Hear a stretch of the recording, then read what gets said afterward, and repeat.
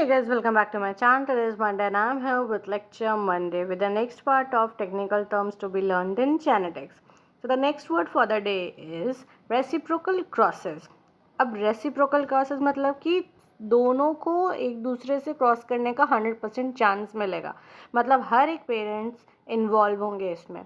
The two crosses in which the same two parents are involved but the strain that serves as the male in one cross is used as the female in other and vice versa. मतलब अभी A mail था और B female था, तो अब next cross में हम लोग B एज फीमेल लेंगे, मेल लेंगे और A एज फीमेल लेंगे.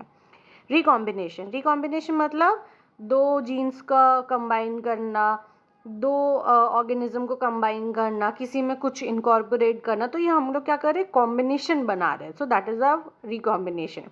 Usually in the case of linked genes or characters, the production of new combination of genes or characters not present in the parent of a cross or generation involves crossing over.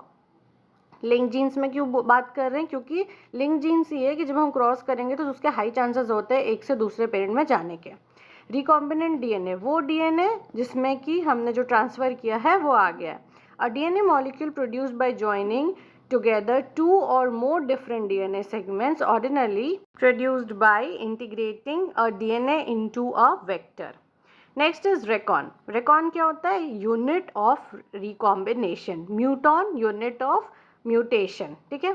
So recon is unit of recombination is represented by one nucleotide, the part of gene within which recombination cannot take place. Now next one is reductional division. reduction division मतलब reduce हो रहा है, दो chromosome divide होके एक पोल की तरफ चले जा रहे हैं और एक पार्ट में एक ही आ रहा है. तो मियोसिस का जो फर्स्ट डिवीजन होता है उसको रिडक्शनल बोलते हैं और सेकेंड को क्या बोलते हैं, इक्वेशनल बोलते हैं.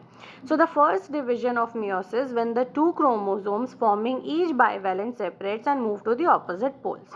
Now last one for the day is regulator gene. Regulator gene मतलब जो किसी चीज़ को रेगुलेट कर रहा है, कंट्रोल कर रहा है, right.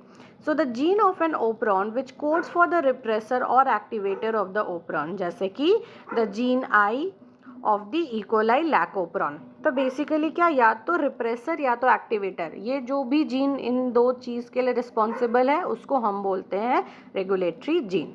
So that's it for the day. If you like the video please hit the like button, share it and don't forget to subscribe my channel. I will again come up. Till that take care, bye bye.